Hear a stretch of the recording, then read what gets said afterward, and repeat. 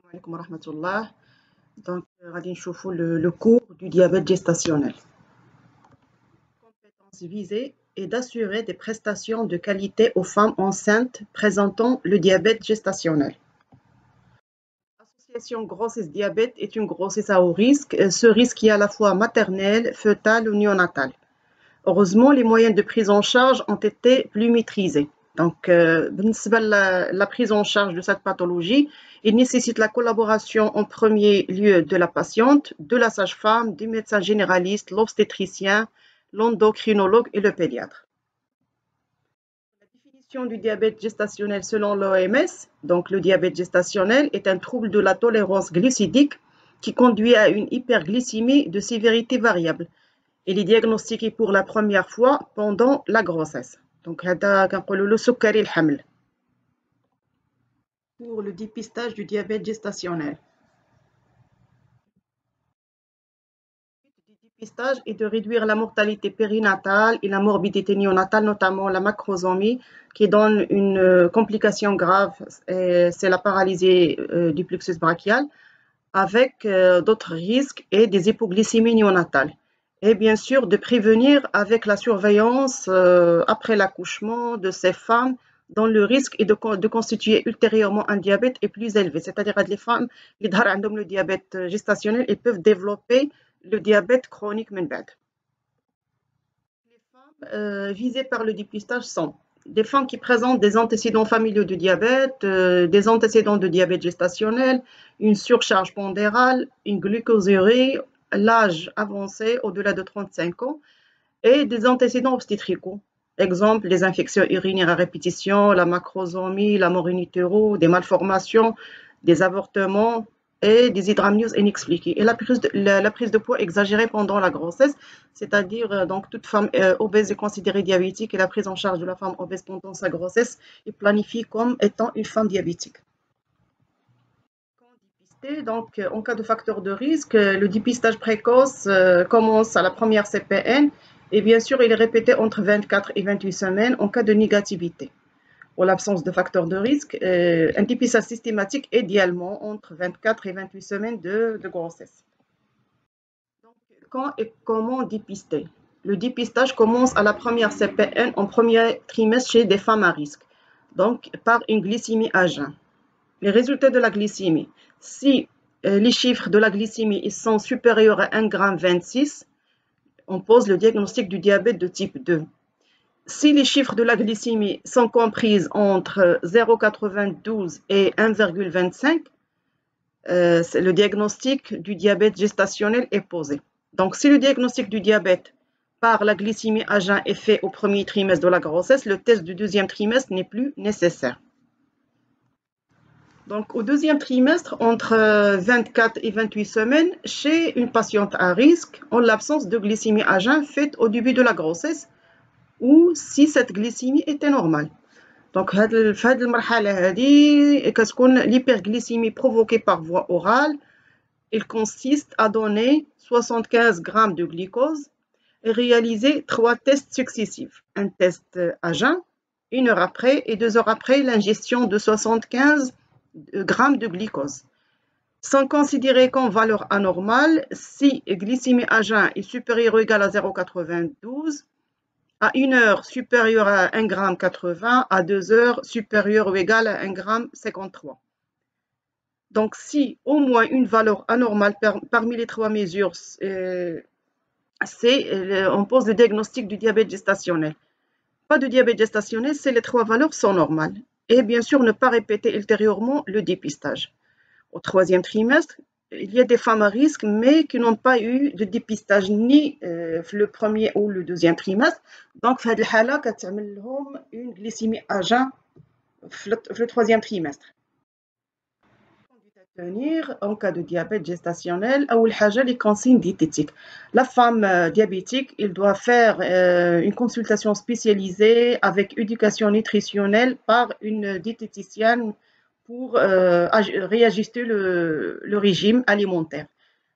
Deuxième chose, l'exercice physique régulier, bien sûr, en absence de contre-indication obstétricale. L'insuline, bien sûr, le régime ne suffit pas, donc l'insulinothérapie, c'est l'affaire de l'endocrinologue, c'est à lui de décider l'administration ou non de l'insuline. Et bien sûr, l'autosurveillance glycémique, donc là, le rôle de la sage-femme, c'est d'enseigner la femme comment faire l'autosurveillance glycémique. Donc, l'autosurveillance à domicile, à jeun et 2 heures après le début de chaque repas pendant 8 à 10 jours.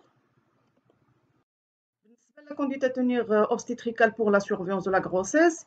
Donc, il y a un diabète gestationnel équilibré, donc un suivi clinique identique à celui d'une grossesse normale.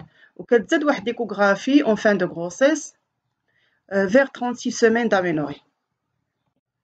إذا كان مثلا un facteur de risque surajouté, عندنا جوج الحالات jusqu'à 32 semaines.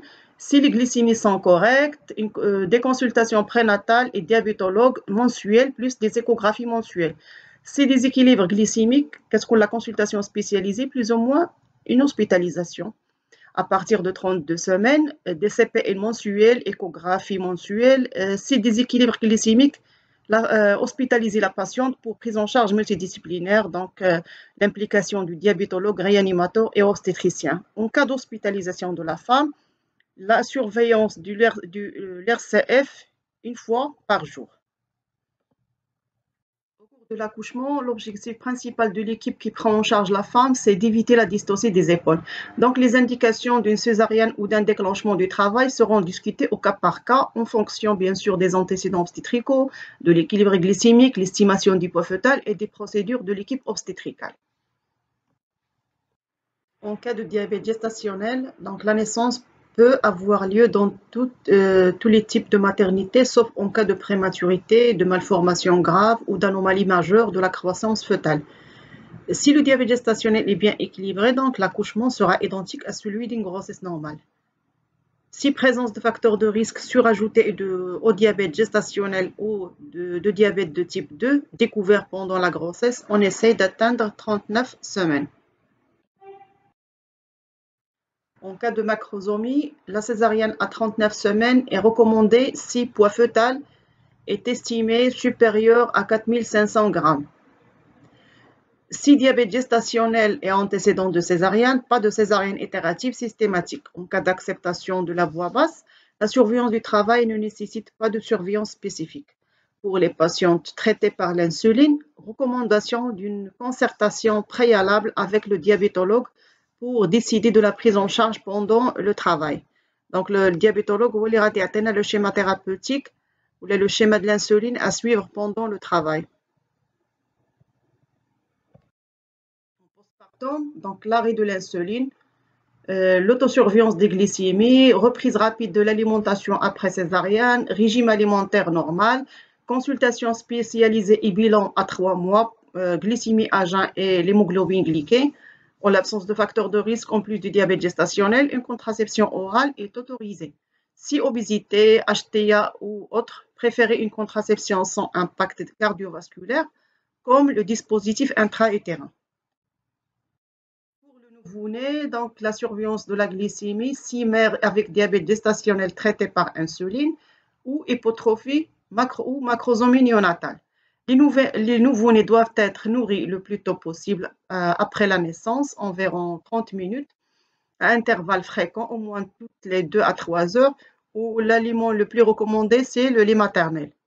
Donc, pour les indications du transfert des nouveau-nés en unité de néonat, ils sont les mêmes pour tout nouveau-né, normal.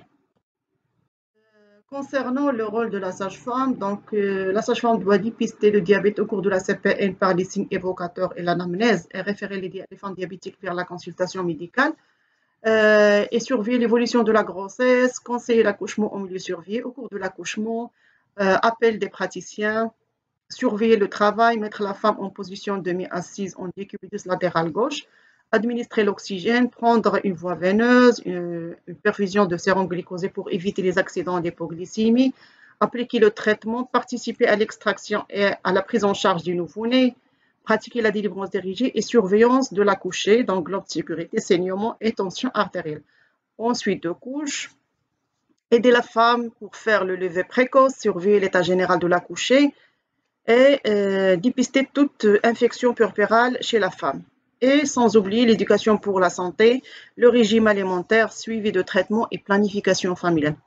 Donc, merci pour votre attention. Il y a une question, à demander, n'hésitez pas. Et à la prochaine, Inch'Allah.